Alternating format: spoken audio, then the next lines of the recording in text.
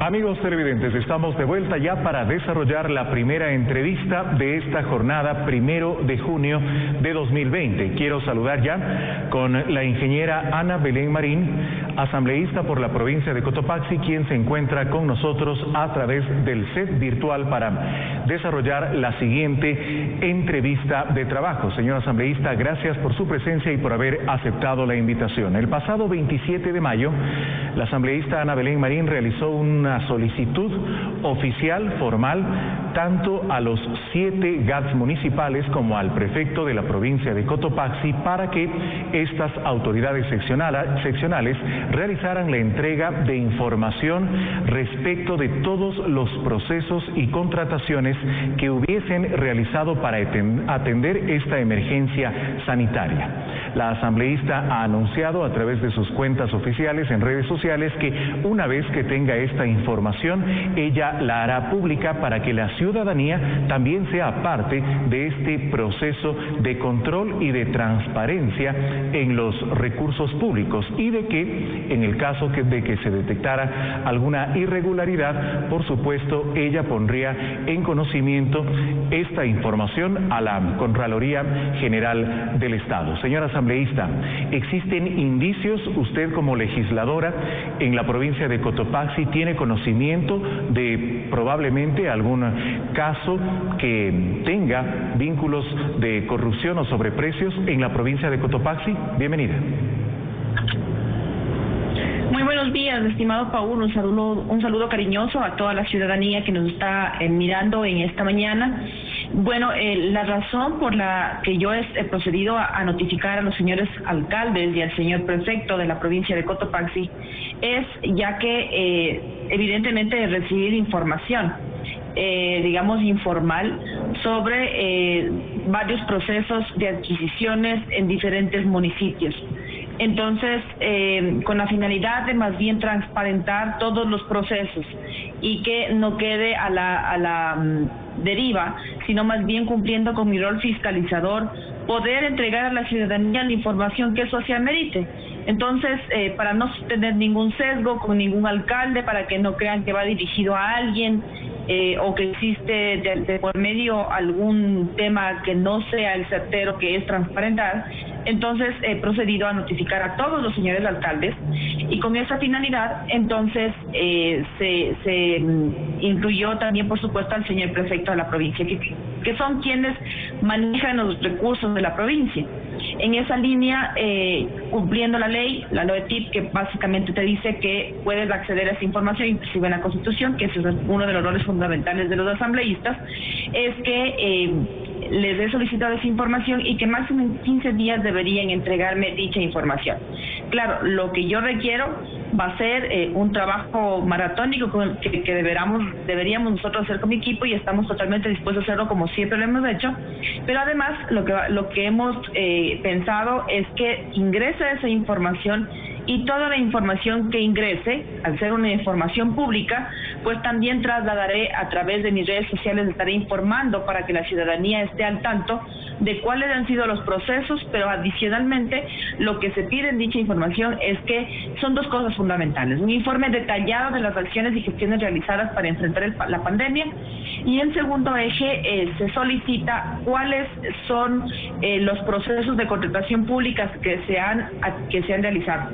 Ahí lo que está involucrando son cuáles son los costos, cuáles son a quienes se les ha adjudicado las obras o se les ha adjudicado la adquisición, y esto en qué plazo de entrega. Entonces, todo lo que significa un proceso de contratación pública, en el portal del CERCOP puede acceder a cierta información, pero lo importante es que venga desde la fuente oficial, que ingrese esa información, me hacen la entrega y que con esa documentación, porque pueden existir inclusive casos de que no hayan hecho en el portal o hayan hecho compras directas, y que yo necesitaría acceder a toda esta información. Así que esa será la dinámica. Una vez que yo tenga esa información, la publicaré también en redes sociales y de esta manera para que la ciudadanía sean los principales veedores y quienes me acompañen a definir y construir un informe, porque yo voy a construir un informe. En el caso de evidenciarse alguna o algún supuesto de sobreprecio o algún caso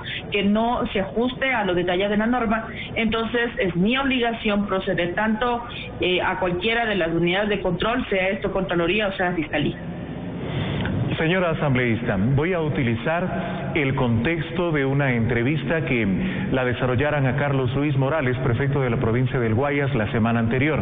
Él mencionaba de manera textual que no se pueden comparar los precios que existieron en el mercado al inicio de la emergencia sanitaria con los precios que en la actualidad existen respecto, por ejemplo, de equipos de bioseguridad. El prefecto de la provincia de Guayas mencionaba que al momento de iniciar esta pandemia, lo que era una prioridad para los gobiernos autónomos era justamente dotar a sus equipos de trabajo de aquellos implementos que les permitieran proteger su salud.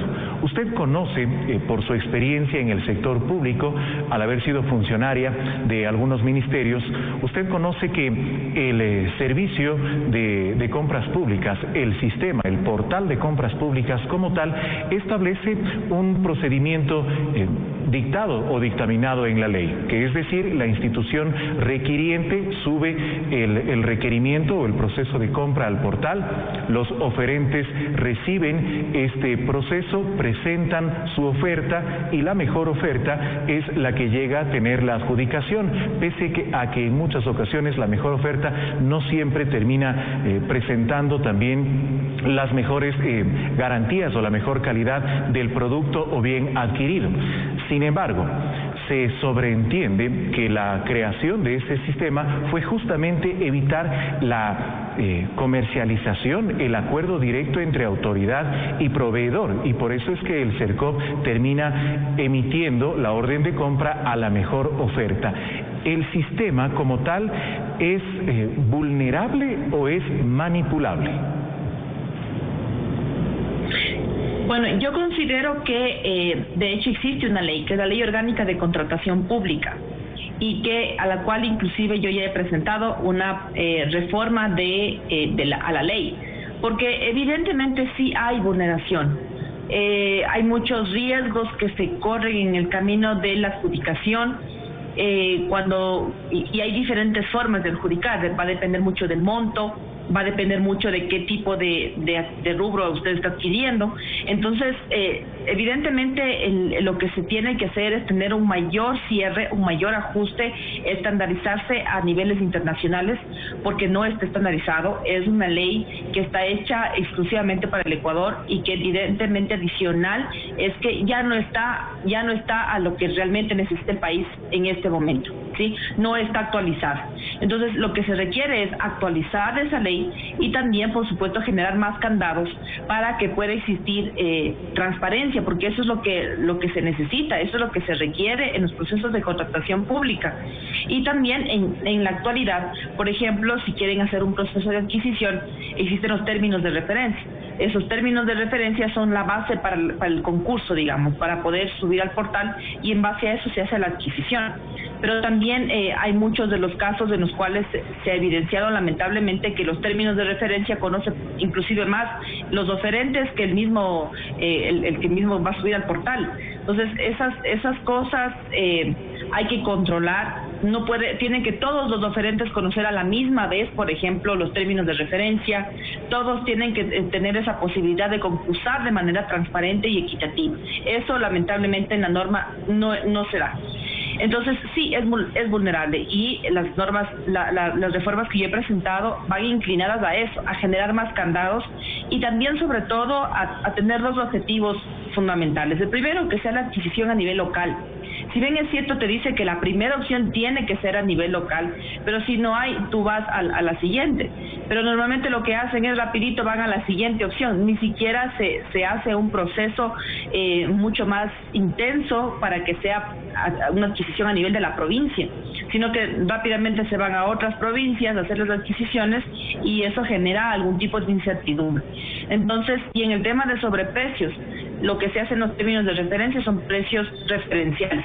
Respecto a lo de la prefectura del Guayas y del municipio de Quito, y también tenemos aquí de varios municipios en Cotopaxi, es que yo ahí hago un análisis también mucho más de mercado, y es que en la realidad que nosotros estamos pasando ha disminuido la oferta de mascarillas, disminuyó la oferta de los insumos médicos, y eso lo que provocó es que lo que estaba en el mercado suba de precio. Y entonces en este momento lo que existe son abusos en algunos productos que no es posible. Imagínense una mascarilla que antes costaba $3.50, en este momento cuesta $13 en el mercado. Si usted va y hace la adquisición, ese es el valor en el que uno está comprando. Lamentablemente hay abusos y hay excesos. Entonces ahí a lo que vamos nuevamente es que necesitamos que la mano de obra local se garantice, que entreguen productos de calidad y que esto le vuelva mucho más competitivo en el mercado y no sea que la falta de productos le encarezca al Estado, le encarece a un gobierno local y por supuesto le encarece a la adquisición a los ciudadanos como tal. Entonces esas son las normas que hay que ir regulando, por eso existe una Secretaría de Control de Mercado que se supone que ellos se dedican a eso, que no pueden existir excesos en los costos, porque esto definitivamente que está pasando en nuestra provincia, está pasando en nuestro país, pero eso no podemos, más bien deberíamos evitar que suceda, y por eso es que los concursos en el portal de compra pública tiene que ser mucho más transparente, con muchos mayores candados, y que el reflejo de lo que tú estás comprando realmente signifique calidad y que sea permanente para el objetivo que va a cumplir cualquier adquisición que se tenga en mente. De acuerdo a las denuncias que usted ha recibido, tendremos que esperar aproximadamente 15 días para conocer el detalle de esta información, pero de acuerdo a las denuncias que usted ha recibido, ¿qué tipo de procedimientos se han realizado en la provincia de Cotopaxi que estarían fuera de la ley? Bueno, de la información recibido, está, por ejemplo, adquisiciones para unas canastas, para kits alimenticios. Entonces, existen sobreprecios en kits alimenticios según la información que yo tengo acceso. Eso yo no puedo ratificarlo mientras no tenga toda la información completa. Así como también adquisiciones de maquinaria, adquisiciones de insumos para fumigación, y todo esto, obviamente yo entiendo también la posición de las autoridades, que lo que requieren es hacer una compra rápida para poder atender lo más rápido posible a los ciudadanos. Sin embargo, eso no justifica que se compre en el doble o en el triple de lo que cuesta normalmente en el mercado. Entonces, esas cosas son las que tengo en mis manos, las que me han hecho llegar, así que yo todavía los considero como presunciones y que es mi responsabilidad como asambleísta cumplir el debido proceso, y por eso es que yo pido la información a la fuente, que es a quien hace el proceso de compra, que son cada uno de los gobiernos locales, porque para mí hubiera sido sencillo, me voy al CERCOV y bajo la información de ahí, pero eso no es cumplir con el debido proceso.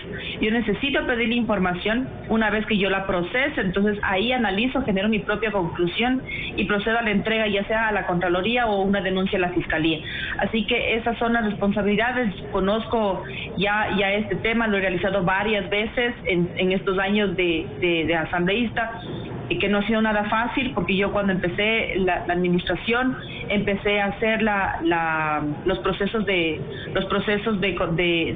revisión de los procesos de contratación de distintos municipios de los periodos anteriores, inclusive yo recibí amenazas de muerte. O sea, el tema es bien pesado, el tema es bien difícil, pero lo que aquí uno simplemente busca es la transparencia y que la ciudadanía se quede tranquila, o que la ciudadanía sepa con certeza qué es lo que está sucediendo de fondo en los procesos y que no tengan esa incertidumbre, y que más bien se aclaren las cosas con la documentación, que es lo que tiene que ser lo correcto, y tampoco entrar en el otro bando, ¿no?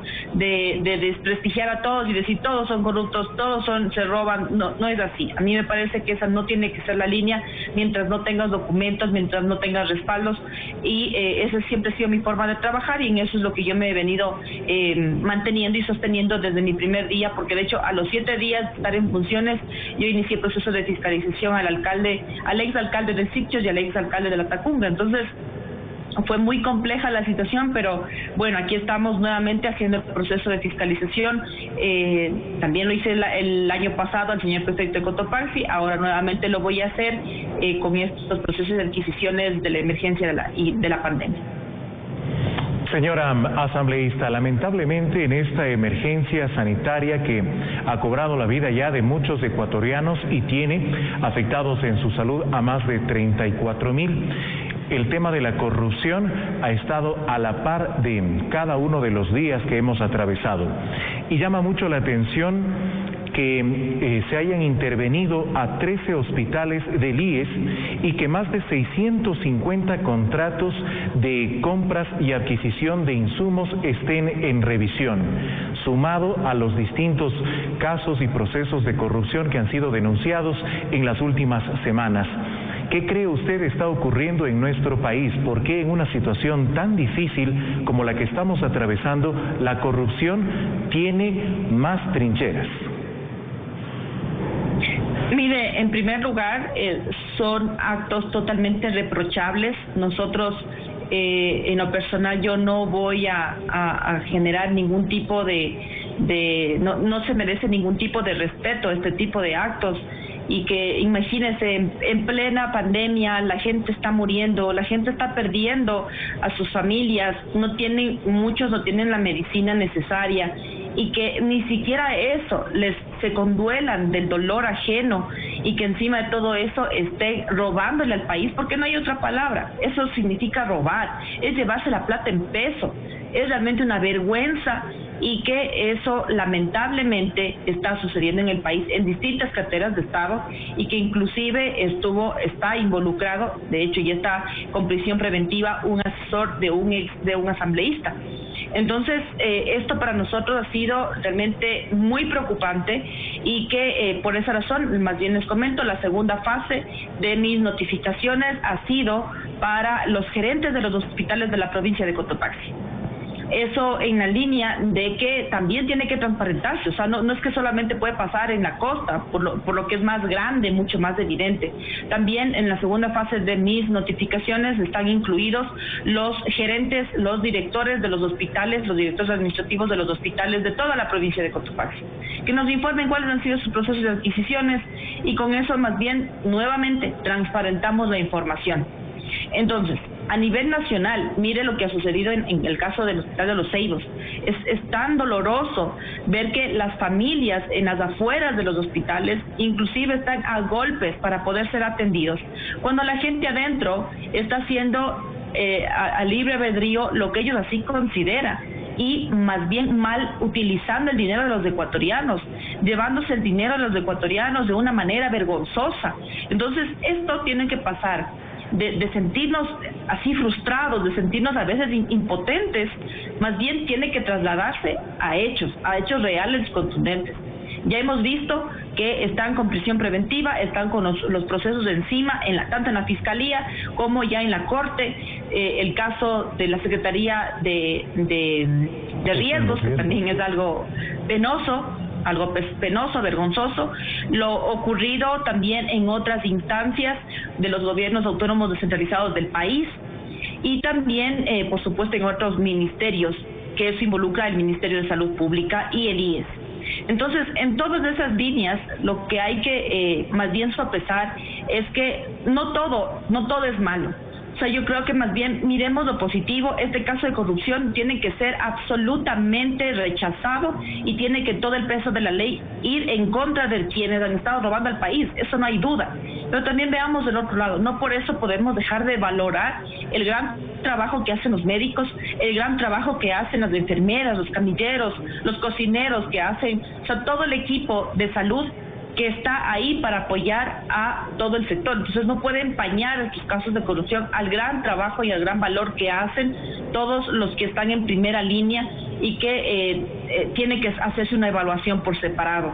Así que esto tiene que transparentarse y tiene que continuar con los trámites que ya están en evidencia, tanto como insisto en la Fiscalía como en la Corte.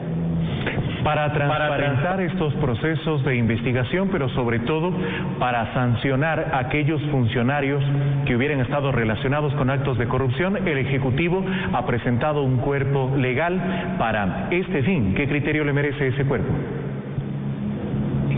Bueno, el Ejecutivo presentó a la Asamblea Nacional un procedimiento. Nosotros estamos, de hecho, en la construcción de una norma mucho más integral, porque existen varios aportes de nosotros como asambleístas para tener un cuerpo mucho más íntegro que no solamente involucre los casos específicos en estados de excepción, porque ahí es cuando se da mucho mayor los casos de corrupción, porque cuando estás en estado de excepción puedes hacer compras directas, y cuando eso ocurre entonces no hay concursos, no hay procesos, y haces la compra directa y ahí vienen los casos con mayor fuerza de corrupción. Entonces nosotros no podemos centrarnos en estos casos. Tenemos que más bien dejar claro que en cualquier momento, en cualquier instancia que se encuentre el país, y si es que se llegase a identificar que algún proceso de contratación pública tiene defectos y que tiene sobreprecios y que tiene estas valoraciones adicionales de corrupción, entonces estos tienen que estar incluidos en la norma. Es algo que evidentemente por el momento no está, pero que nosotros como asambleístas lo hemos impulsado.